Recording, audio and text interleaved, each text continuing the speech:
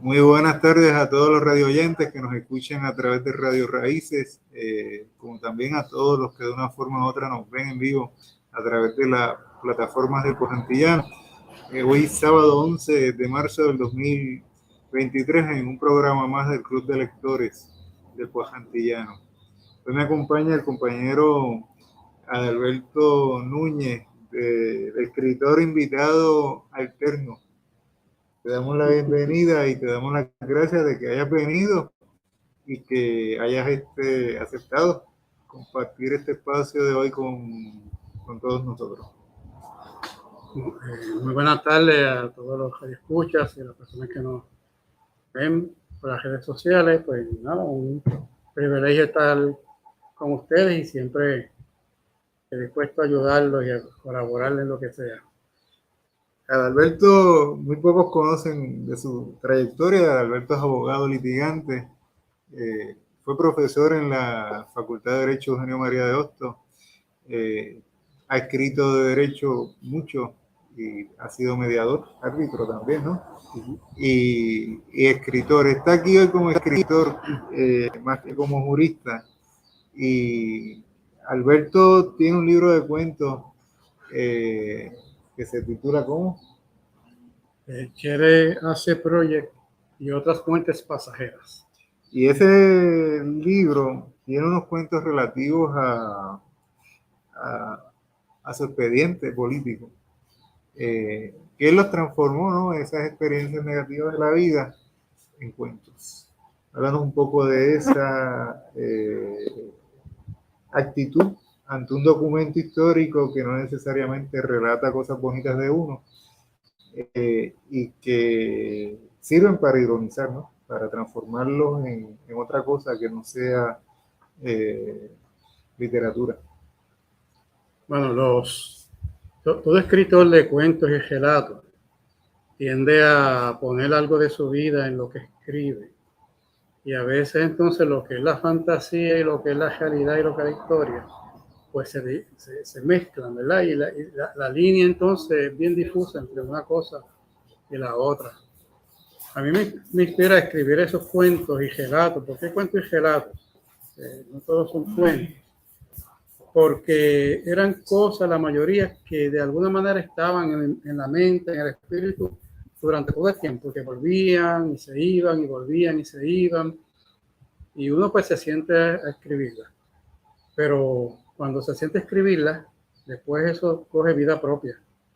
Uno termina escribiendo cosas que no esperaba o no sabía, o sencillamente la historia se va por otro camino, ¿verdad?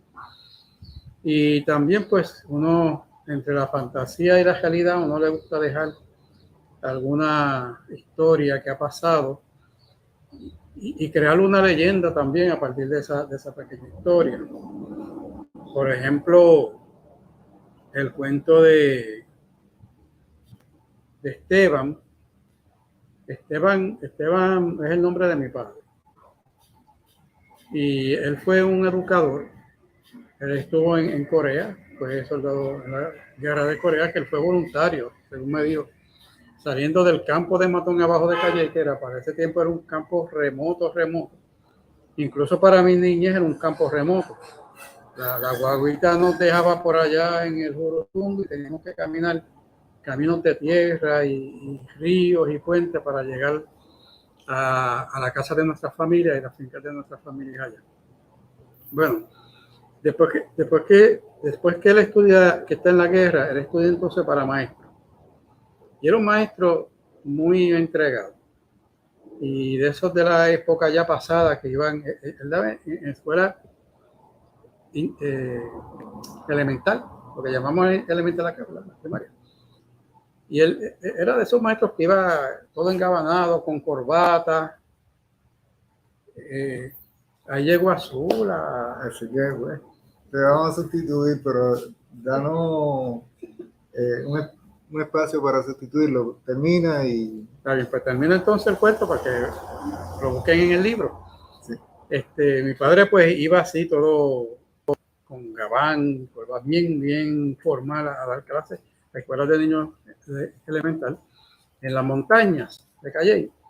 Y entonces tenía este amigo que murió hace como un mes, Luis el Sastre, que tenía una pequeña tienda de sastrería en Calle, en el pueblo de Calle, en un pequeño local, en un edificio de 2 pisos de madera ya bastante deteriorado.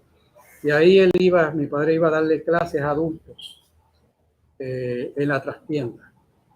Y eso yo lo mezclé con la fantasía, bueno, con el otro dato histórico de los ataques nacionalistas en Chicago, en Estados Unidos, e independentistas de las fuerzas de liberación nacional. Y creé pues una historia en que se sospechaba de que allí lo que estaba era una cédula subversiva en lugar de educativa. Y es uno de los cuentos que más me gustan, pues lo invito a buscarlo en ese libro. Bueno, pues gracias por el espacio y por servir de escritor invitado alterno por un breve tiempo. Pasamos a la compañera Tania Naid, que era nuestra escritora invitada de hoy, no alterna, sino que era ella o ella, y estábamos asustados de que estuviera en Plaza de las Américas, en casa Norberto, porque habíamos pensado, ¿no?, que te habían dicho que era ella. Anaí, buenas tardes, buenos días. Hola, encantada. Feliz sábado y gracias por estar aquí hoy. Gracias por la invitación. La compañera tiene un poemario publicado recientemente en el 2021 que se titula Llueve. Su nombre es Tania Anaí Ramos González y usualmente se le identifica como Azula. Yo, por combinarme con el poemario, o con la portada y los colores del poemario, con Azula, me vestí de azul. Si yo conocía a Tania Anaí Ramos González, yo la tengo de amiga en Facebook. Sí. Así que, Anaí, preséntanos un poco quién es Anaí, poeta puertorriqueña, columnista internacional con un doctorado de la Universidad de Puerto Rico en Filosofía y Letras y con muchas otras funciones más, y como 3 o 4 poemarios publicados y algunos inéditos, ¿no? Sí. Entre ellos, ¿no? Inéditos. Y un libro de cuentos. Háblanos un poco de Anaí. Pues mira, Anaíde es el nombre de mi mamá al revés, que es Diana. Okay. Escribo, digamos, desde pequeña porque tuve una abuela que, ¿verdad? Inspiró, ¿verdad? Las ganas de seguir leyendo, sobre todo poesía. Así que vengo de una familia, digamos, muy combativa y creativa. Sí, porque mis tíos son músicos. Mi papá también pintaba un poco, mi mamá es maestra de Bellas Artes, de español, pero también de Bellas Artes, y una abuela que fue una activista política importante en Puerto Rico, Lolita Aulet, que declamaba poesía. Entonces, conozco la literatura hispanoamericana y sobre todo la puertorriqueña a través de la voz de mi abuela. Sí. Entonces, el amor por la poesía ha estado, digamos, desde la cuna, porque cuando te están leyendo todo el tiempo, pues, ¿cómo no cultivar ese amor? Ella sembró eso ahí y, bueno, dio fruto. Ella murió cuando yo tenía 13 años, 12, 13 años, de cáncer. Y obviamente hay una relación directa entre mi amor por la poesía y ella y la muerte. Este libro Llueve es un libro que se va dando también en un proceso de tristeza, ¿verdad? Toma mucho tiempo, los libros para mí, ¿verdad? No son procesos, ¿verdad? Que se van dando y algunos poemas caen ahí, otros no. El eje central del libro es la lluvia. Pero obviamente volviendo a la poesía y cómo llego a la poesía, ese núcleo familiar tan importante, pues potenció que yo también eligiera estudiar poesía. Por eso entonces me dedico a los estudios académicos y dentro de mis estudios, pues hago la maestría en concentración en literatura hispanoamericana, pero en poesía, el género de la poesía. Y el doctorado en literatura puertorriqueña, pero también en género de la poesía. O sea que objeto de estudio siempre ha sido la poesía y en especial las poetas mujeres. Okay. Pues estudié Aide Vilariño en mi maestría y en el doctorado en la María Dávila, la gran la María Dávila. Así que sí, ha estado ahí y es parte importante de mi vida, ya no es parte de la poesía. Fíjate, tú entraste en un tema que yo usualmente cuando estoy aquí haciendo las entrevistas, es lo primero que pregunto. Alberto ha estado y es una pregunta con la que inicio las entrevistas, es cómo de una forma u otra, ¿no? Nuestra creatividad de hoy es reflejo de unas experiencias de vida de niñez. Y empezaste hablando de la presencia de tu abuela y de la importancia de tu abuela, ¿no? En ese proceso creativo. ¿Qué otras personas de una forma u otra en tu proceso educativo inicial recuerdas que fueron ese vínculo, ese estímulo también en tu quehacer de hoy? Pues mira, cuando yo empecé a escribir como quien experimenta, ¿no? Haciendo oraciones, las oraciones subordinadas y las oraciones coordinadas de la escuela salían otras cosas. Tenía un problema porque no eran tan ordenadas ni tan gramaticales como hubieran y correctas como hubiera querido la maestra de español. Así que uno empieza por ahí, ¿verdad? Y tiene a otros mirando. Cuando mi abuela muere, mi mamá envía algunos de esos escritos al Ateneo puertorriqueño, a un certamen infantil de poesía. Okay.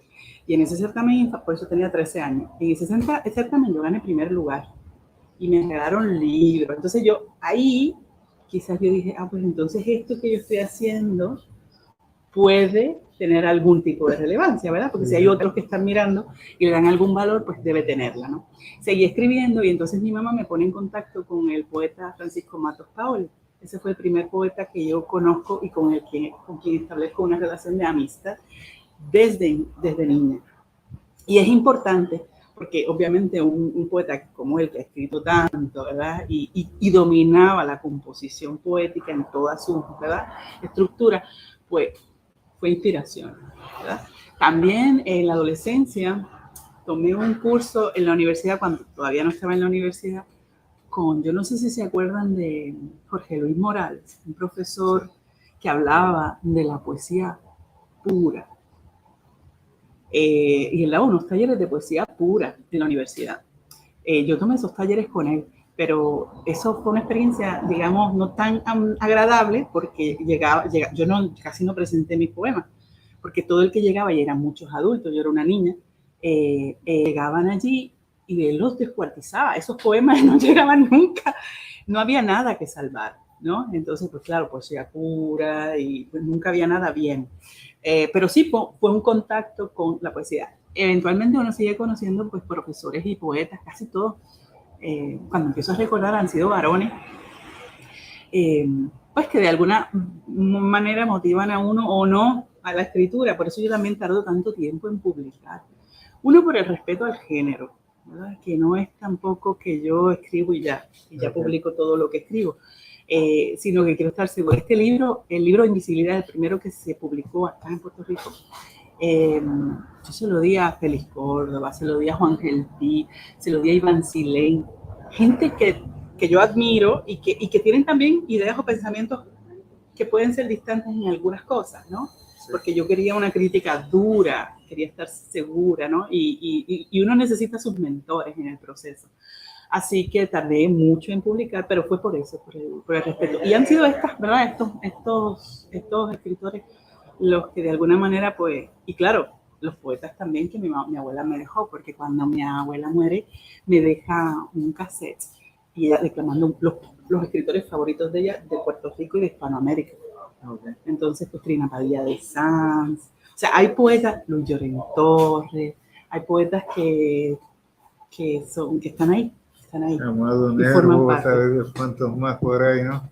Mira, tengo que hacer unos anuncios de gratitud a los que nos están apoyando. 2020 para verte mejor es una colección de 40 fotografías acompañadas por microcuentos de José Ravelo.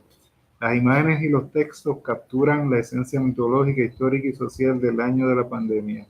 Está disponible en Casa Norberto, Librería La Mágica, Librería Laberinto, editorialislanegra.com o directo con el autor por el mensaje de texto 787-692-0637.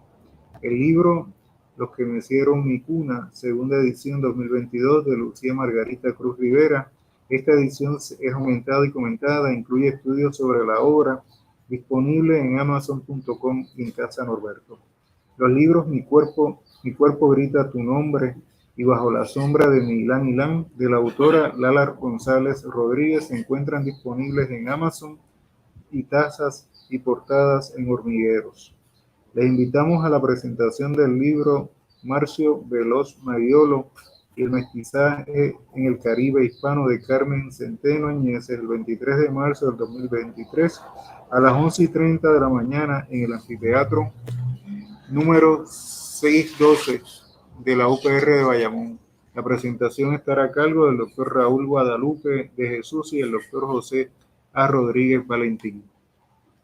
Este texto tiene un prólogo, y es un prólogo de José Luis Morales de nuestra época, ¿no? El más contemporáneo de esa vieja cepa de hispanistas y en el caso de él de políticos y otras cosas más, sindicalistas. Y te quería entonces comentar un poco, háblanos de esa relación con Félix Córdoba Iturrey, la importancia de él en este poemario, pero en tu trabajo como docente, tu trabajo investigativo, tu crecimiento como profesional. Sí, Félix Córdoba fue profesor mío en bachillerato, en maestría y fue mi director de investigación doctoral. O sea que no tan solo fue profesor, a quien admiro por su conocimiento, su amor al conocimiento, sino también mentor en el proceso y ahora amigo. Entonces hemos desarrollado una muy bonita amistad que se fue dando, ¿verdad?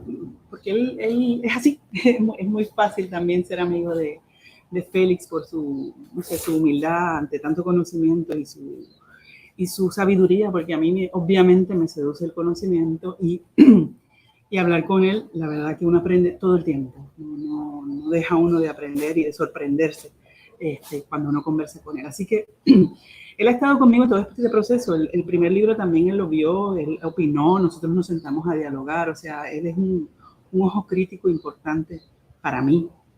Y también lo fue en Llueve.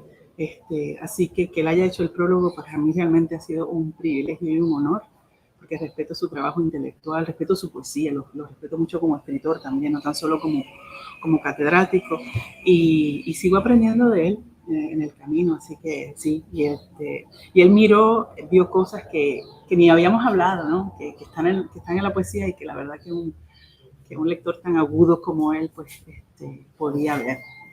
Yo vine de azul, a Alberto yo lo pasé acá porque vino de azul y digo, bueno, esto es algo que significa y es importante. En el Caribe el azul tiene sus significados también, que se vinculan de una forma u otra al agua, ¿no? Sí, si supieras que Azula, hablando de otros escritores, amigo Héctor Iván Monclova, que también llegó a publicar un libro de cuentos maravilloso, pues él también obviamente ha sido de influencia porque hablábamos mucho de poesía durante una época. Él fue el que me dijo, ¿qué tal? Yo estaba buscando un nombre porque quería un seudónimo, porque en el proceso de uno hacerse pública, pues todavía tenía mis dudas con muchas cosas. Y entonces él fue el que me sugirió el nombre de Azula por el azul de los ojos, ¿no? Estábamos jugando con eso y a mí me gustó. Y de verdad que ha sido, claro, después me enteré que hay otro personaje de muñequitos que también se llama Azula y Azula Mía. Pero iba y la gente le ha gustado. Y ese en principio fue el nombre que yo usaba. Luego es que aparece mi nombre, ¿no? Ya en las publicaciones oficialmente. Pero el azul sí, el azul obviamente del mar, del cielo, del Caribe, ¿verdad? Que es tan intenso también. Pero sí, es un color, el azul de Rubén Darío también está ahí, porque obviamente fue uno de los autores también que leí desde pequeña. Así que el azul por muchos lugares, el azul de la tristeza, el azul de la lluvia, ¿verdad? Yo sé que la lluvia ha sido telón de fondo en la literatura y una metáfora, ¿verdad? Y un símbolo para hablar sobre la tristeza. Así que todo eso está en el color. Está dedicado a un antropólogo, te está entrevistando un antropólogo. El antropólogo fue amigo mío, fue profesor aquí en la Universidad de Puerto Rico. No sé si mucha gente a lo mejor lo conocerá, lo conoció, se llamaba Walter Quinteros Salazar, un hombre muy sabio también, y de los primeros profesores que me dijo, yo voy a costear la publicación de tu libro, publica ya. Entonces, fueron muchas las conversaciones con Walter de literatura, de política. O sea, yo creo que obviamente fue un maestro, me enseñó a ver lo político en todo, hasta en el pensamiento. Entonces, pues, ¿cómo no dedicarle a él? Es peruano, esto él lo está, ¿verdad? La editorial es una editorial peruana. A Perú me unen, ¿verdad? Digo yo, amores intensos desde conocer a Vallejo hasta otros poetas. Así que se lo dediqué a él, ¿verdad? En honor y un poco para honrar su memoria. En la página 18 hay unos epígrafes de una serie de poetas y en algunos de los poemas también utilizas unos epígrafes. ¿Cuál de estos poetas de una forma u otra están vinculadas a ese cassette que te dejara, a esa memoria que te dejara tu abuela? Y que de una forma u otra, ¿no?, sirvieron para tu propio desarrollo profesional como investigador y como docente. Mira, pues yo, cuando estaba trabajando este libro, ya te digo que uno escribe y uno sigue escribiendo, y cuando uno dice, yo creo que ya aquí hay un libro por la temática, pues entonces yo hago investigación también, por supuesto, ¿verdad? Porque es parte del trabajo que uno hace en la universidad. Entonces, siempre había hecho anotaciones, siempre que leo a un escritor, anoto qué de él me gusta, ¿verdad? Qué verso me gusta, Entonces, pues estos son algunos de los que han trabajado con ese tema y que más me gustaron, porque de alguna manera apalabraban cosas que yo estaba sintiendo en ese momento, ¿no? Así que en el inventario que tengo yo de escritores que amo y que adoro y que han trabajado el tema de la lluvia, estaban ellos. Entonces yo hice una selección también de acuerdo al hilo temático del libro, y por eso es que están allí.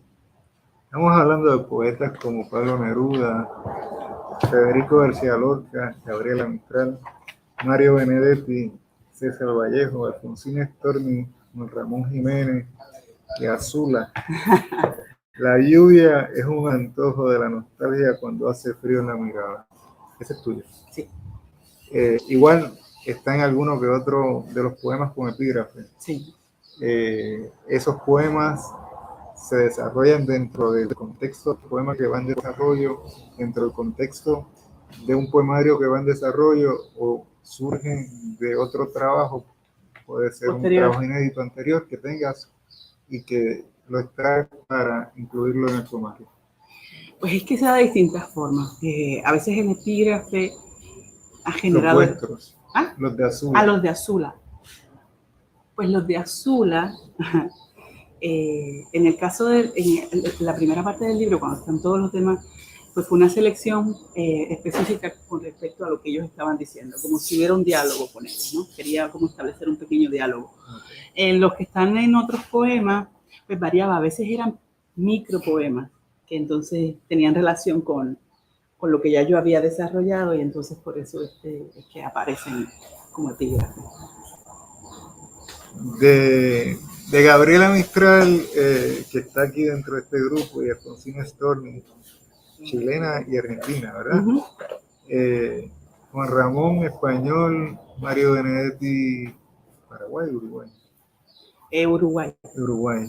Y Pablo Neruda, Chile. Federico de Nueva York.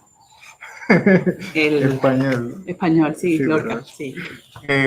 ¿Qué otros poetas están? Mencionaste a Francisco Matos Paoli, esa experiencia personal con él.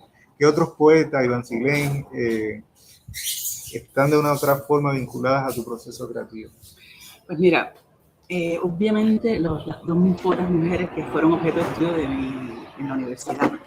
Una es Idea Vilariño, que hay algunos poemas también que más están en Invisibilidades, por eso yo le dedico una parte de Invisibilidades a ella y otra a Ángela María Dávila, pero están ahí, porque cuando tú lees por tanto tiempo a un poeta, es como que se te pega a la piel, ¿no? Ya está en ti, de otra manera, pero está en ti. Entonces, te comento, por ejemplo, con Idea Vilariño. Esto es bien Río Piedras aquí, ¿verdad? Esto es más... Se siente sí, Río Piedras. Sí, bien urbano. hice una investigación, ella trabaja un tema que a mí me interesa muchísimo aún seguir desarrollando, que es la ciencia de la poesía. Ella, como era traductora, pues buscaba mucho sobre teoría poética, y en ese camino encontró a un teórico importante rumano-francés que se llama Pius Servien Copulescu, que él tiene varios libros, uno de ciencia de la poesía, matemática de la poesía y varios. Entonces ella utiliza mucha de la teoría de él para desarrollar lo que ella luego en otros ensayos posteriores le llama, en unos la masa sonora del poema y en otra los grupos simétricos de poesía, que ella, sobre todas las cosas, está el ritmo, ¿verdad? Le da prioridad al ritmo, y luego hasta la entrevisté y entendí por qué, y la verdad que sí, que el ritmo es fundamental, si no lo más importante de la poesía. No que los sentidos y los significados no lo sean, pero es bien importante porque de ahí viene también que tú puedas entender o no, y que tú pueda haber sentido. Entonces, pues ella crea estos grupos simétricos a partir de esa teorización de este hombre, y utiliza los poetas musicales, Julio Religiosi, Rubén Darío, está Delmira Agustini. Entonces, ella trabaja con cuáles son las acentuaciones internas que tiene cada verso, y de ahí deriva números que luego se establecen unos patrones numéricos súper interesantes, de ahí lo de la matemática de la poesía. Y luego a eso, ella también deriva significado. O sea, ¿por qué esas acentuaciones están ahí, ¿verdad? Esas respiraciones que nosotros no nos damos cuenta? Es un proceso inconsciente en la poesía. Pero estudiarlo a mí me parece fascinante. Entonces yo hice eso con su poesía, a ver si era verdad, porque tú sabes que la duda siempre en medio de la investigación. Así que mi hipótesis era, primero, que uno de los temas principales, no el más importante, pero uno de los más trabajados por ella en su poesía, es la muerte. Entonces era la idea de muerte en su poesía, y cómo a través de esas reiteraciones y esas repeticiones rítmicas dentro de su poesía, sí ella estaba de alguna manera enfatizando su idea, la idea que ella tenía de la muerte. Y sí, funcionó. Así que obviamente Idea Vilariño está, cuando yo voy a trabajar un poema o voy a pensarlo, a ponderar qué pongo, qué quito, ella está ese proceso en el que yo me vi para poder entender el ritmo de su poesía. Yo tengo poemas que yo trabajo, por ejemplo, vocales nada más, pero el lector no se tiene que dar cuenta, ¿no? ¿Por qué? Porque yo quiero generar ese sonido, porque ese sonido me genera a mí una sensación que yo quiero provocar, ¿ves? Y debajo, pues claro que están los sentidos, eso es lo primero que salta a la vista. Pero está ese trabajo, eso es posterior. Sale el poema, uno lo trabaja y yo voy jugando con eso. Así que esa poeta es bien importante en mi vida. Y por supuesto, Ángela María Dávila. Yo creo que es una poeta que tenemos que seguir leyendo, no tan solo en Puerto Rico, sino en todo el mundo. Es una poeta grandiosa, con una propuesta estética también hermosísima. Yo me identifico como poeta mujer con ella. Me sorprende, ¿verdad? Eso. Ella escribió 3 libros, porque uno fue con José María Lima, pero extraordinario. Entonces yo trabajé con ella el espacio amoroso. Y bueno, obviamente también está. Hay ciertos desgarres, ¿verdad?, con los que uno se identifica, ciertas lecturas también, con las que uno se identifica, que también están inevitablemente en la poesía que uno escribe. Otra de las preguntas que suelo hacer está relacionada con el proceso creativo y el reconocimiento que te da la comunidad. En la Feria del Libro de México, ¿no? Sí, en la FIL de Guadalajara. Y es un libro premiado por el Instituto de Literatura, o el PEN. 2022. Ajá, ahora tuvo mención honorífica. ¿Cómo después de tanta espera para producir el libro, publicarlo, luego de tanta formación previa para comenzar a publicar. ¿Cómo te sientes, no? Luego de que lo haces y tienes esas oportunidades de participar de la feria, una de las ferias más importantes, con un libro propio publicado en Perú, en tu país, Puerto Rico, tu segundo poemario, ¿no? Publicado, sí. Y también el reconocimiento de tus pares, escritores y poetas, sobre todo, por ser el jurado de poetas, al premiarte. Pues mira, cuando uno escribe, nunca está pensando en el reconocimiento de nada, la verdad. Obviamente me da muchísima felicidad el que hayan otros que lo lean, siquiera que lo lean, ¿no? Porque el trabajo, yo creo que de un escritor siempre es la apuesta a que exista un lector. Entonces, el hecho de que alguien más lo lea y se identifique, ¿verdad? O le guste algo, ya para mí, con eso es suficiente. Es una lucha que tenemos todos los escritores, yo creo. Yo también doy clases, soy profesora y he visto cómo ha habido una merma, sobre todo en el léxico de los estudiantes, ¿verdad? Y tiene que ver con la falta de lectura. O porque se lee mucho, pero se lee mucha tontería, ¿no? Entonces, realmente yo escribo porque hay una necesidad, ¿verdad? Para mí ya es como es una costumbre, es una parte de mi vida importante que me vincula con el amor y con la muerte. Entonces, yo no puedo dejar de escribir, es que no puedo. Entonces, publicar, pues, obviamente es importante. Una de las personas que me dijo publica y sigue publicando fue Félix Córdoba también. Tienes que publicar. ¿Por qué? Me dice él. Porque lo importante, tú quizás no lo vas a ver, porque son otras generaciones las que van a dar cuenta, como ha pasado, ¿verdad? Nosotros leemos a estos, entendemos que hay grandes escritores o no, por lo que han dejado. Entonces, a veces uno no está en la generación que va a mirar o que va a atender, ¿verdad?, lo que uno está diciendo allí. Entonces, lo importante es el trabajo. Y pues eso.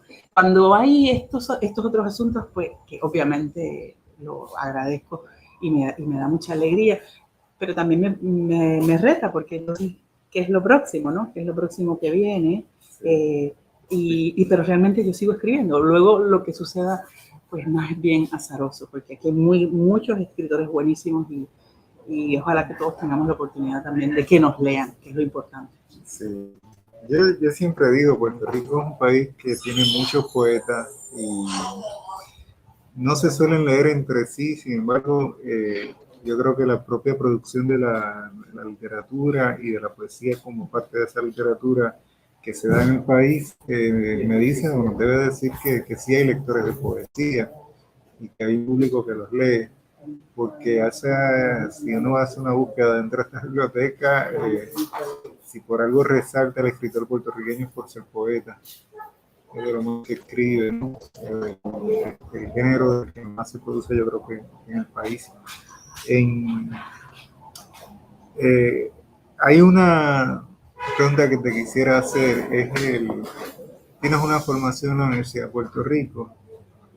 ¿Cuán importante ha sido la Universidad de Puerto Rico en tu desarrollo profesional, en tu vínculo con el proceso creativo y cómo de una forma u otra está presente en tu propia literatura?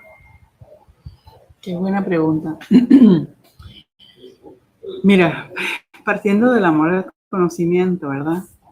Yo siempre he querido conocer. Yo sé que no hay que tener un doctorado para escribir, eso lo tengo muy claro. Lo que pasa es que yo quería tener la disciplina también, ¿verdad?, de mirar textos que quizás sola no iba a mirar, ¿verdad? Entonces pues, los estudios en la universidad pues te dan como un camino que es importante. Y ese camino yo lo quería recorrer. Yo soy la primera en mi familia de llegar, no de llegar a la universidad, sino de terminar un grado doctoral. Entonces yo sí quería hacerlo porque, pues, por ese amor al conocimiento, a los saberes, y además esa variedad. Yo pude combinar, yo vengo también de la danza, del baile, y pude también tomar clases de danza. O sea, yo pude combinar y hacer estudios un poco interdisciplinarios en el camino. hay grandes profesores y escritores en la universidad a los que yo podía tener acceso. Entonces, y oportunidades de viaje. O sea, en la maestría, la investigación, yo tuve becas todo el tiempo en mi grado, en mi estudio graduado, y yo pude ir a Uruguay porque la universidad me pagó, ¿verdad? Para yo poder terminar la investigación. O sea que la universidad a mí me ha dado mucho. Yo sí creo en la educación formal. Me parece que es importante, del que pueda y el que quiera, porque ahora está tan costosa que vamos a ver, ¿verdad? Sigue siendo un derecho, no un privilegio. Pero sí, yo creo en la educación y he creído siempre en la educación de la universidad de Puerto Rico, la Universidad del Estado. Así que por eso debí todo lo más que pude. Hay mucho del trabajo que uno hace que también es individual en el camino. Pero tuve buenos maestros, yo no me quejo de la universidad. Y también los profesores de la periferia, ¿verdad? Porque también alrededor de la universidad hay muchos grandes escritores que están ahí también y con quien uno ha podido compartir y conversar y aprender. Así que sí, la universidad ha sido importante. Fue realmente una meta que yo me impuse en el camino de la escritura. Quiero terminar de hacer esto antes de hacer esto, ¿verdad? Pero tiene que ver más con asuntos personales y de vida que de lo que haya que hacer para escribir, ¿no? Vamos a hacer unos anuncios de las personas que nos están escuchando en la tarde de hoy. Laureano Roundhill Dry Cleaner, servicios de lavado y planchado de ropa, localizados en Trujillo Alto, contacto 787-760-9430. Gracias a la aportación de Luis Antonio Laro Rodríguez, puedes conseguir sus libros Amor de Superhéroe, Poemas para Salvar el Amor 2016, Entre la Sombra y el Albedo 1996 y Versos Clandestinos 2001. También consigue el libro Avelina, un nombre con historia de la escritora Rosario Méndez Paneda, biografía novelada de una esclavizada sangermeña que participó en el Grito del Aire, disponible en la librería Laberinto, Casa Norberto, EDP University y Amazon. En este anuncio me recordé de esta compañera escritora que también escribe cuentos y que trabajó en su tesis doctoral literatura de Mayra Santos Febre y Rosario Ferré, que terminó viviendo en Puerto Rico. Ella es de origen española, es profesora en San Germán y ella había hecho tesis, había escrito sobre otros escritores, había escrito sobre escritores puertorriqueños y no se había puesto a escribir y de momento se puso a escribir y le ha ido bien escribiendo. ¿Cómo se da ese tránsito entre una escritora de tesis, una escritora de doctorado, una escritora de ensayos, de publicaciones, al tránsito a la escritura de la poesía? Pero por lo que hemos hablado, comenzaste como poeta. Sí. ¿Cómo entonces, de una forma u otra, leer, hacer investigación como en tu desarrollo profesional como para docente, para estudios hispánicos, para obtener un grado, te sirvió, fuera de lo que ya me dijiste de ciencia, de la poesía, el estudio de la poesía como una ciencia, ¿no? ¿Te haya servido como para nutrir tu propio trabajo creativo? Pues mira, poético. La lectura siempre para mí es una provocación a la escritura, toda lectura, independientemente. Yo como empecé como lo primero que conocí dentro de la literatura fue la poesía, pues eso está ahí. Lo otro es que luego estudiándola me he dado cuenta, todos los géneros tienen su, digamos, su magia, ¿no? Su belleza, su singularidad. Pero la poesía, la más incomprendida, ¿verdad? Digamos, desde muy temprano vi que la poesía estaba en otro lugar, ¿no? Y como se jugaba tanto con los sentidos, con los sonidos, con los significados, ¿verdad? Cómo se desplazan en un verso. Pues eso a mí sí me ha interesado siempre más, ¿no? ¿Por qué la mayoría de la gente dice que no entiende la poesía? Bueno, pues el reto es, cuando daba clase en la universidad, hacía una hora es seducirlos a leer poesía, ¿verdad? ¿Por qué leer poesía? ¿Por qué la poesía es importante? ¿Por qué todavía escribimos poesía? A pesar de que es la menos que se vende y eso está estadísticamente probado, ¿no? Entonces, el amor que yo tengo por ese género que me parece extraordinario cada vez que me enfrento a un poeta que me sorprende, me maravilla y me mueve el piso, ¿no? Eso es lo que yo quisiera transmitir cuando enseño. Y obviamente eso me lo da, sobre todo los géneros, me lo da la poesía. El cuento también me gusta, sobre todo los cuentos breves.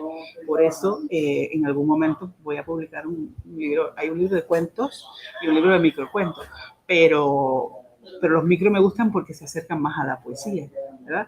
Decía el profesor Eduardo Forastieri en un curso de Góngora, cuando hablábamos era de Góngora y también hablaban de Quevedo, culturalismo y el culturalismo y el conceptismo. Él decía, la poesía, el acumen, allá arriba, y luego todo lo demás. Y yo le creo. Yo le creo, nada más el tiempo que estudie, todavía uno sigue estudiando y se maravilla, y es como un camino que no termina, ¿no? ¿Verdad? El de entender uno la poesía y el de seguir jugando con esos sentidos. Así que, pues sí, prefiero la poesía y por sobre todos los géneros literarios, no que no me gusten los otros, me encantan también, pero siempre prefiero a la hora de escribir, se manifiesta mejor, digamos, lo que quiero decir a través de la poesía.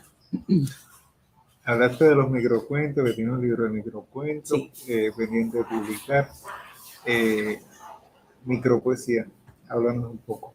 Pues mira, el libro Invisibilidades tiene una primera parte que realmente es micropoesía. Y de Avilariño, su último libro que se titula No, es un libro de micropoesía. Lo que pasa es que no se le ha llamado así, ¿verdad? Y me parece que realmente, es lo que yo siempre digo cuando me preguntan, para mí un verso es como un micropoema, ¿verdad? Contenido, ¿no? Yo soy utilizar mucho la metáfora. La poesía quizás en algún otro momento me mueva hacia otro lugar, pero para mí es importante trabajar la metáfora, sobre todo las figuras retóricas. Y un micropoema pues tiene eso. Entonces pues hay en ese libro Invisibilidad, en esta primera parte, pues hay poemas que son de un verso, 2 versos lo más, hasta 3 versos. Entonces sí, porque decir mucho en poco espacio para mí es un reto como escritora y me encanta. Y de verdad que hay mucha gente que cuando los lee, pues también, o sea, les resuena y se quedan ahí. Yo creo que es parte del juego semántico, polisemántico que uno tiene cuando uno escribe. Yo estuve entrevistando aquí a Carlos Roberto Gómez, de Isla Negra, y el texto todavía no lo tenía disponible impreso, me lo envió en PDF. Yo lo leía, recitaba algunos de sus poemas en el celular. Según se visualizaba en el celular, yo le digo después, parecen microcuentos. Micropoemas. Okay. O no parecen poemas. Y si eso era una novedad que nos traía en ese poemario. ¿Cómo diferencias que estás haciendo un poema, que estás haciendo un micropoema, que estás haciendo un microcuento? Bueno, el cuento se plantea otras cosas, no va al lugar, o sea, la poesía va a otro lugar. El cuento tiene ciertas estructuras que yo no puedo violentar, por lo menos yo, porque tiene que haber a alguien, le pasa algo en algún lugar, ¿no? Entonces, pues se juega. Y ese micro relato, que está condensado, ¿verdad? Porque va a tener ciertos elementos, sobre todo la elipsis, que está mucho en la poesía. La poesía tiene mucha elipsis, el microcuento también. Pero son propósitos distintos. Yo cuando me siento a escribir, es que son voces distintas dentro de uno. ¿Por qué? Por el propósito y por la estructura que tiene ya el cuento. La poesía realmente puede ir a cualquier lugar. Sabemos que la poesía, los orígenes de la poesía, pues era narrar también, ¿verdad? Porque están nuestros poemas épicos, cantares de gesta, que hemos, ¿verdad?, heredado de la literatura española y está ahí. Por eso yo creo que muchas veces la poesía cotidiana se va un poco más a la narración y está estructurada en verso y está bien también, ¿verdad? Porque la poesía no te limita en ese sentido, porque puede ir a cualquier lugar. Por eso es que es tan importante el ritmo, porque el ritmo va a marcar ciertas pausas. Para mí, también la belleza, porque eso lo hace distinto a la literatura. Pero el cuento me lleva a un lugar distinto, emocionalmente también, y cuando lo trabajo, al de la poesía. Por eso cuando empiezo a escribir un poema, es que yo me doy cuenta y divido, porque de verdad son distintos. Ahora, en el micropoema, es que sigue siendo un poema. Lo que pasa es que es exageradamente breve. Entonces no lo estoy pensando después, o sea, no lo etiqueto, simplemente dejo que la escritura salga y ya luego cuando tenga que trabajar y construir, pues entonces los ubico. ¿Te ha pasado que de unas mismas líneas te dé para un poema y un microcuento?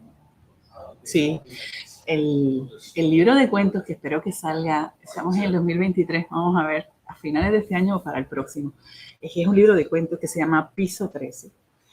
Es de cuentos laborales, son las cosas que le suceden a la gente en los trabajos, porque claro, yo he trabajado desde los 15 años, ¿no? Entonces tiene que ver con el abuso laboral, ¿ves? Sí. Entonces yo juego, como narradora, juego con unas cosas, pero muchas veces ese juego me da pie a un poema después.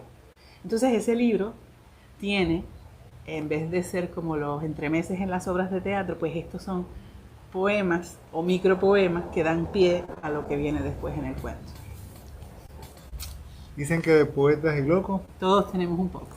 La locura tiene forma de palabras y su cuerpo es la escritura.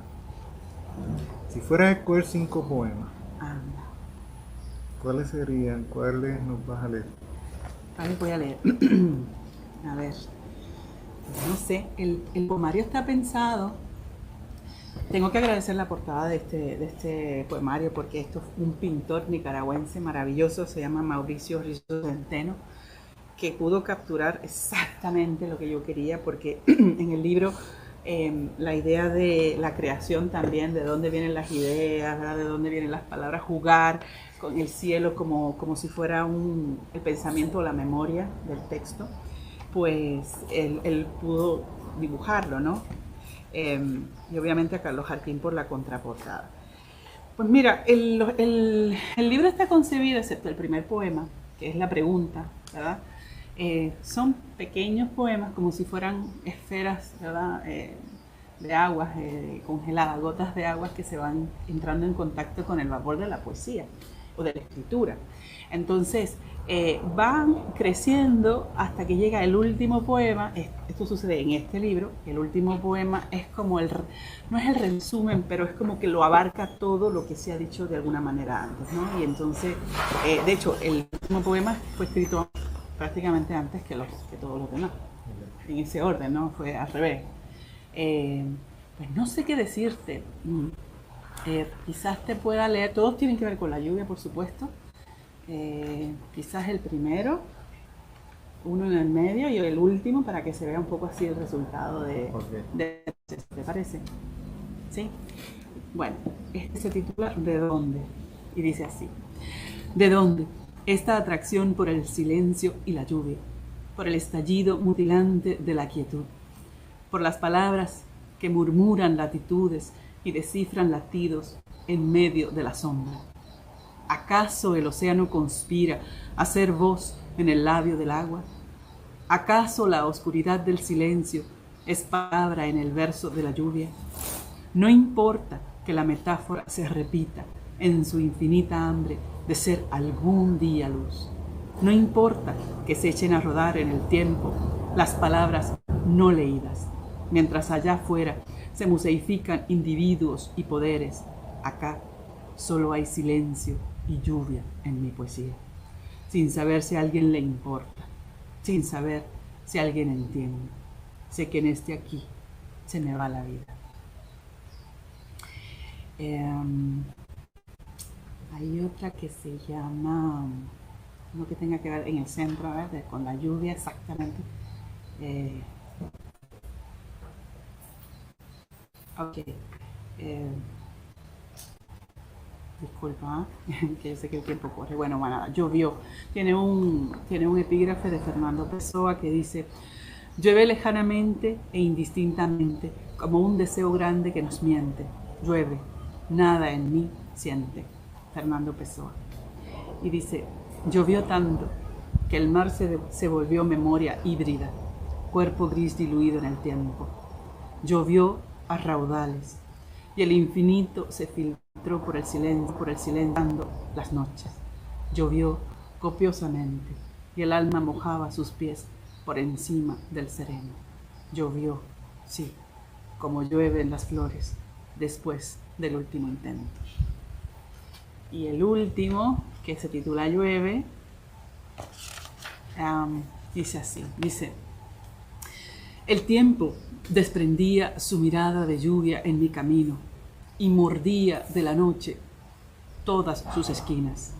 Y el silencio fue raíz a la intemperie de mí, hurgando en la tibieza de las palabras dormidas. Y la lluvia fue templo rodeado de inocencia, en donde moran secuestradas del amor sus heridas. Por eso, cuando llueve, corro a buscar tu luz que entre las flores ya es mi querencia encendida, y entre las cuerdas del sol es el preludio de un día que va buscando sin prisa su tierna y única voz, porque la luz disipa el llanto que despide la noche y deshace el aliento de las sombras en mi vida, porque la luz expande el verso y también lo acaricia y lo puebla y lo abraza y lo duerme y lo abriga. Llueve en el tenue parpadeo de aquella estrella, en el lunar antiguo de un frágil beso, en la promesa erguida sola como piedra en el desierto, en la cascada de los sueños perdidos por la ausencia. Llueve, hermosamente llueve, de tu puente al mío, para limpiar el frío gemido del océano en el pecho, para airear por unas horas la oscura sed del viento, para ungir con pasión la inevitable sequía del cuerpo. Llueve, llueve tanto, y son pequeñas las pausas, y grises, y oscuras, y breves, lloviendo, lloviendo. Los libros Mi cuerpo grita tu nombre y Bajo la sombra de Milán Milán, de la autora Lara Rodríguez, se encuentran disponibles en Amazon en tazas y portadas en hormigueros. Gracias a la aportación de Luis Antonio Laro Rodríguez puedes conseguir sus libros Amor de superhéroe, Poemas para salvar el amor, Entre la sombra y el albedo y Versos clandestinos. Bizcochos de chocolate y vainilla con glaseados de piña en parcha, limón china, flanes de queso y flanes de leche condensada por la chef Miriam Alba Zamparelli al 917-386-4329. Un saludo final y gracias a todos los radioyentes que de una forma u otra participaron de este programa. Gracias al compañero Alberto Núñez por estar aquí y por estar de sustituto en varios de los minutos, y gracias compañera, y que de una forma u otra se despida al público. Sí, claro. Nada, los libros los pueden conseguir en la librería Mágica y Norberto, cualquiera de los dos. Está Llueve y también está Invisibilidades. Y nada, pueden conseguirme también en las páginas de las redes sociales como Azula, Poeta Azula, o Taniana y Ramos González. Así que gracias por la invitación y por este espacio para la poesía. Y gracias a vos por estar y participar. Muy buenas tardes y saludos a todos.